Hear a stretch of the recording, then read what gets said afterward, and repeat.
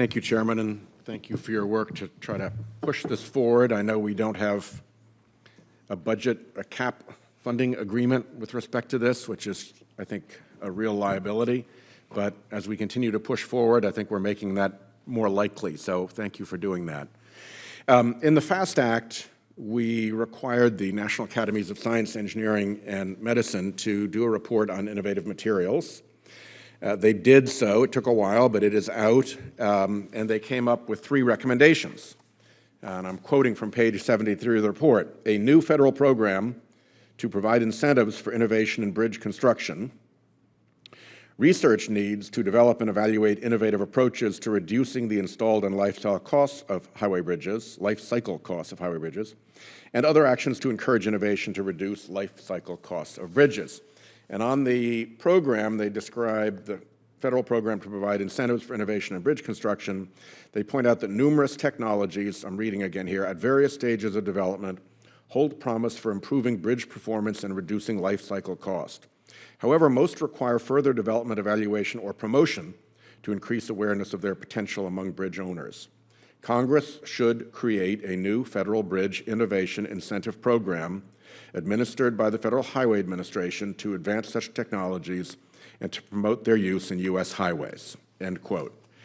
Back in March, Mr. McKenna, an AASHTO witness, said, and I quote in response to a QFR of mine, "It is important that any infrastructure bill include provisions to encourage the use of innovative materials for not only bridges but other material as well. The use of new innovative materials can make a bridge last longer, signs appear brighter from a longer distance, or traffic signals operate more efficiently.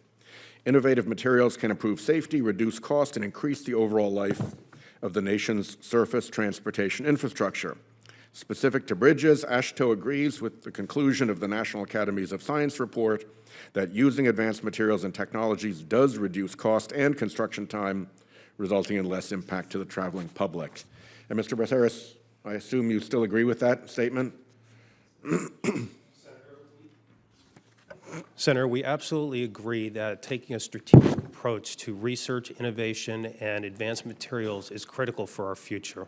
If you look at where the great advances have been in the development of our highway program, you can go back to the Strategic Highway Research Program that Congress funded and was carried through by Transportation Research Board, then F-SHARP, and then the SHARP 2.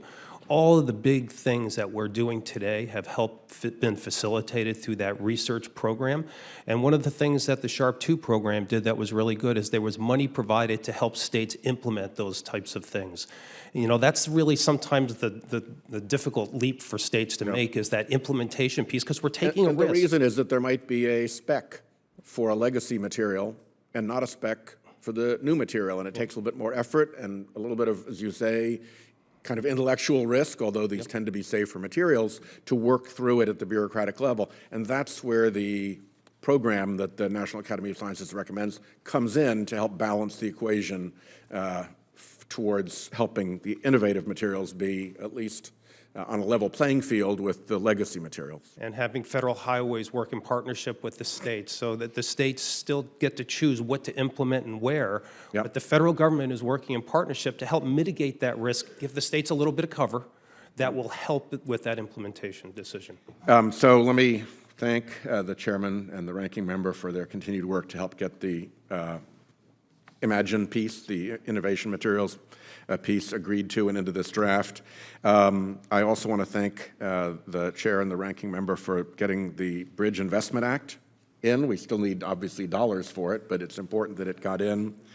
There are 2 programs. The Coastal Infrastructure Program, which is obviously very important given Ms. Arroyo's testimony, is really important for those of us who have coastal infrastructure that is facing basically being overwashed by rising seas and storms. But at the moment, it is not yet subject to Highway Trust Fund dollars. So we're going to continue to work to make sure this is not just an orphan authorization sitting out there, but it actually is an avenue for providing access to Highway Trust Fund dollars. I thank you for showing me the nodding heads in support of that. And similarly, port electrification, that can be very valuable to nearby communities when you're not requiring ships to run bunker-fueled engines to keep the power on, that there's in fact enough local electricity to run a clean port. And again, that's part of our very important transportation infrastructure, and I'm hoping that can get into trust fund dollars. So I guess I conclude 2 seconds over with that. But many thanks to many for great work so far, and we look forward to wrapping this up with those issues resolved to our satisfaction. Thank you.